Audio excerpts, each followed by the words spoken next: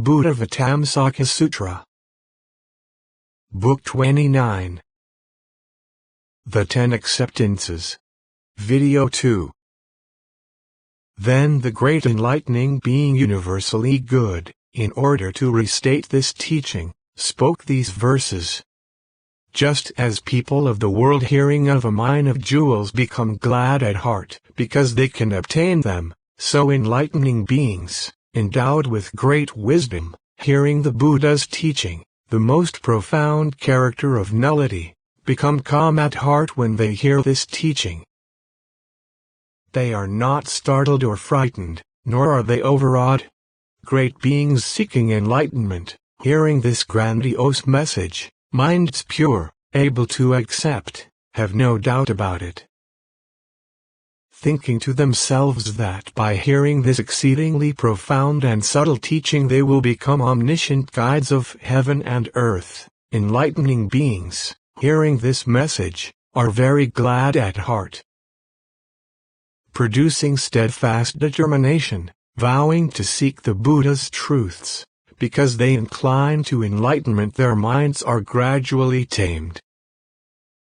It causes their faith to grow, not repudiating truth therefore, hearing this message, their minds are able to accept it. Immutable, stable, they cultivate enlightening practice. In their quest for enlightenment, they proceed wholeheartedly toward that path. Diligent, vigorous, never turning back, they do not cast off the yoke of virtues. Because they seek enlightenment, their minds are without fear. Hearing the truth, they become yet braver and serve the Buddhas, gaining rapport with them. As someone of great fortune who has found a treasure of gold makes whatever ornaments are suitable to wear, so do enlightening beings, hearing this most profound doctrine, think and increase the ocean of knowledge, thereby cultivating conformity to the teaching. The existence of things they know accordingly, the non-existence of things they also know accordingly. As the truth of the teaching is thus do they know all things. Achieving a pure mind, thoroughly clear, full of joy, they know things arise from conditions and vigorously cultivate practice. They see all things impartially and comprehend their inherent nature. Not straying from the Buddha's teaching, they are aware of all things. Their determination is always firm as they purify enlightenment. Immovable as mountains, single-mindedly seeking true awakening, with a mind inspired to effort they also cultivate the path of concentration, practicing diligently for countless eons, with never any regression or digression. The principles enlightening beings enter are the sphere of action of Buddhas. Able to know them thoroughly, their minds without aversion or sloth, as the Peerless One teaches, they look upon things impartially. Without impartial acceptance none can attain equanimous knowledge. Following the Buddha's teaching, they accomplish this facet of acceptance. They know things as they are yet have no notion of things. All the gods of the 33 heavens eat from the same vessel, yet their food is not the same. The various foods they eat do not come from the 10 directions. They spontaneously appear in the vessel according to the actions of the gods. In the same way do enlightening beings observe all phenomena as arising from conditions. Having no origin, they have no destruction. Having no destruction, they have no extinction. If there is no extinction, there is no defilement. In the changing things of the world they know there is no change. There being no change, there is no location, and no location means nullity. Their minds without attachment, they vow to liberate all the living, thinking only of the Buddha way, never distracted or perturbed, ever with compassionate will acting expediently in the world. Diligently seeking the 10 powers, they are in the world without lingering, without coming or going, they expediently teach the truth. These acceptances are supreme, comprehending truth without end, entering the cosmos of reality, yet actually without entering anywhere. Enlightening beings abiding in these acceptances see the Buddhas everywhere, simultaneously giving them directions. This is called getting the joy of Buddhahood. They comprehend the nullity and purity of all things of all times, yet can influence sentient beings into the path of virtue. The various things of the world are all illusory. If one can know this is so, one's mind will be unshakable. All acts are born from mind, therefore it is said mind is like magic. If one gets rid of this false imagination, one extinguishes all paths of existence. Just as a skillful magician causes forms to appear, causing the masses to crave them in vain, while they ultimately get nothing, so also is the world. All in it is illusion, without essence or origin, yet appearing variously. Liberating living beings, letting them know things are illusory. Living beings, too, are not other than illusion. On comprehending illusion, there are no living beings. Living beings and lands, all things there are in all times. In the same way, without exception, are all illusory. Making illusory forms of men and women, elephants, horses, cattle, and sheep, houses, ponds, springs, and such, gardens, groves, flowers, and fruits. Illusory things have no awareness and also have no abode. Ultimately of the character of nullity, they only appear according to imagination. Enlightening beings are able to see things of the world this way. All things, existent and non-existent, they realize are illusions. Living beings and lands are made by various acts. Entering the realm of illusion, they have no attachment therein. Thus attaining skillfulness, they are tranquil, free from folly. In the state of non-obstruction manifesting great power everywhere, the courageous offspring of Buddha accordingly enter the sublime teaching, accurately perceiving all conceptions as wrapping up the world in their mesh, the conceptions like mirages causing beings to misunderstand. Enlightening beings, knowing conceptions well, get rid of all delusions. Living beings, each different, are not the same in form and type. Enlightening beings understand these are all conceptions, all without true reality. All beings in the 10 directions are shrouded by conceptions. If they would give up erroneous views, they would end their conceptions of the world. The world is like a mirage, differentiated because of conceptions. Knowing the world is an ideation, one is freed from delusion of thought, view, and mind. Just as a mirage in the heat people think is water, yet the water does not exist and the wise should not seek it, the same is true of sentient beings. Worldly states are all non-existent, like mirages, existing in the perception. This is the realm of the unobstructed mind. If one detaches from conceptions, one will get rid of false descriptions, liberating all the ignorant who are attached to ideas. Avoiding pride and conceit, eliminating conceptions of the world, dwelling on the point of extinction and infinity. This is enlightening beings' method.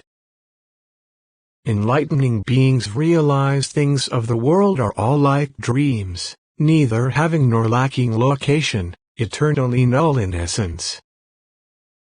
All things have no discrimination. Like dreams, they are not different from mind. The worlds of past, present, and future are all like this. The substance of dreams has no birth or destruction and also has no location. The 3 worlds are all like this. Those who see this are freed in mind. Dreams are not in the world, nor are they unworldly. Not discriminating these two, one enters the stage of acceptance. Just like seeing in dreams various different forms, so also is the world no different from a dream. Those in dream concentration realize all in the world is like a dream, not the same and not different, not one and not various. The acts of beings and lands, polluted and pure, they understand all are equal to dreams. The practices of enlightening beings as well as their great vows they understand are all like dreams, no different from the world. Realizing the world is empty, they do not destroy the things of the world, like long, short, and such forms, as seen in a dream. This is called acceptance of the dreamlike. Understanding things of the world by this, one swiftly attains unhindered wisdom to liberate sentient beings. Cultivating such practice produces broad understanding, knowing well the nature of things, without mental attachment to things. All the various sounds and voices of all realms of the world are not internal or external, realizing all are like echoes, like hearing all kinds of echoes, the mind doesn't discriminate. When enlightening beings hear sounds their minds are also like this. Looking to the Buddhas and listening to the sound of their teachings, their discourses without number, though they hear, they are not attached. As echoes come from nowhere, so do the voices they hear. Yet they can distinguish the principles and not violate or mistake them. They understand utterances, while not discriminating among voices. Knowing all voices are empty and null, they broadcast pure, clear sounds. Understanding truth is not in words, they enter the wordless realm, yet can explain in words, like echoes filling the world. They know the ways of speech and are vocally well equipped. While knowing the nature of sound is null, they speak the language of the world. According to the voice of the world they show the same differentiations, their voice pervading everywhere awakening living beings. Enlightening beings, attaining this acceptance, influence the world with a pure message, skillfully explaining past, present, and future, without attachment to the world. Because they want to help the world, they single-mindedly seek enlightenment, while always entering the nature of things without discriminatory thought therein. They see all worlds to be null, devoid of intrinsic nature, yet always cultivate practice intently in order to benefit beings. Not dwelling in the world. Not leaving the world, they do not rely on anything in the world. Reliance cannot be found. They know the nature of the world and are not attached to that nature. While they do not rely on beings, they teach beings to transcend. They know the inherent nature of everything in the world. Understanding things are not dual, they still have no attachment to non-duality. Their minds are not apart from the world, nor do they dwell on the world. It is not outside the world that they cultivate all knowledge. Just as reflections in water are not inside or outside, enlightening beings seeking enlightenment know the world is not the world. They do not dwell in or leave the world, because the world is inexplicable. And they are not inside or outside, appearing in the world like reflections. Entering this profound truth, they are thoroughly purified. Not giving up their original vow, they are radiant lamps of wisdom. Worlds without bound their knowledge enters, all equally. Edifying beings everywhere, they cause them to give up attachments. Contemplating the most profound truth, aiding living beings, Henceforth they enter into knowledge and cultivate all its ways.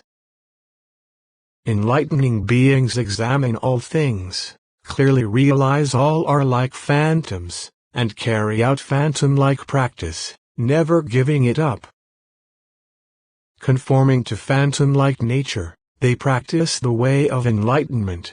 All things are like phantoms, and so is enlightening beings' practice. All worldly realms and infinite acts are equally phantom-like, ultimately resting in nullity. The Buddhas of all times are all like phantoms too. Originally vowing to perform certain deeds, they metamorphose into Buddhas. Buddhas liberate phantom beings by great kindness and compassion. The liberation is also phantom-like. By phantom power they teach them. Knowing the world is all phantom-like, they do not discriminate worldly realms. Phantom phenomena, various, different, all come from differences of action. Cultivating enlightening practices, adorning phantom treasuries, with arrays of infinite goodness they make the world according to deeds. Phantom-like things are beyond conception, and they do not conceptualize things. Both things and concepts are null and void, such as enlightening beings practice. The sea of phantoms understood by knowledge, the phantom nature stamps the world. Phantoms are not things born and perishing, the same is true of knowledge. The 10th acceptance clearly sees sentient beings and phenomena are null and void in essence, like space, with no location. Attaining this space-like knowledge, one is forever free from grasping and clinging. Like space, it has no variation and is unobstructed in the world. Achievement of acceptance of being like space is, like space, inexhaustible. Objects are like space, yet one does not think of them as space. Space has no intrinsic nature, and yet it is not nothingness, but has no variation. The power of knowledge is also like this. Space has no beginning, no middle, and no end. Its measure cannot be found. Enlightening beings' knowledge is also thus. Thus observing the nature of things, all like space, with no origin or destruction, is the attainment of enlightening beings, themselves abiding in the principle of being space-alike. They also explain it to others, conquering all demons. This is the method of the acceptances. The distinctions of features of the world are empty, without any marks. Entering into signlessness, all signs are equal.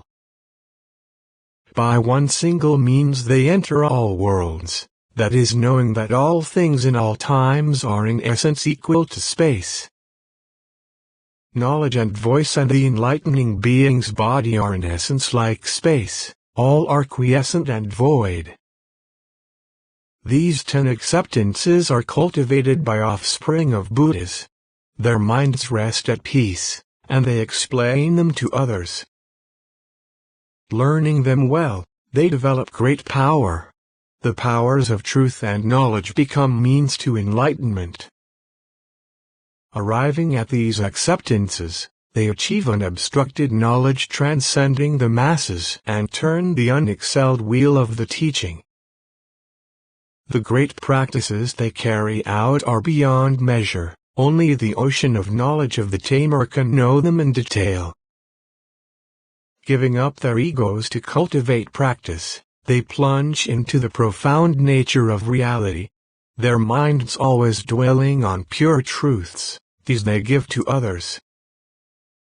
The number of living beings and atoms in lands may be known, but no limit can be ascertained to the virtues of enlightening beings. Enlightening beings are able to accomplish these 10 acceptances. Their wisdom and their conduct no sentient beings can fathom. The end of Book 29.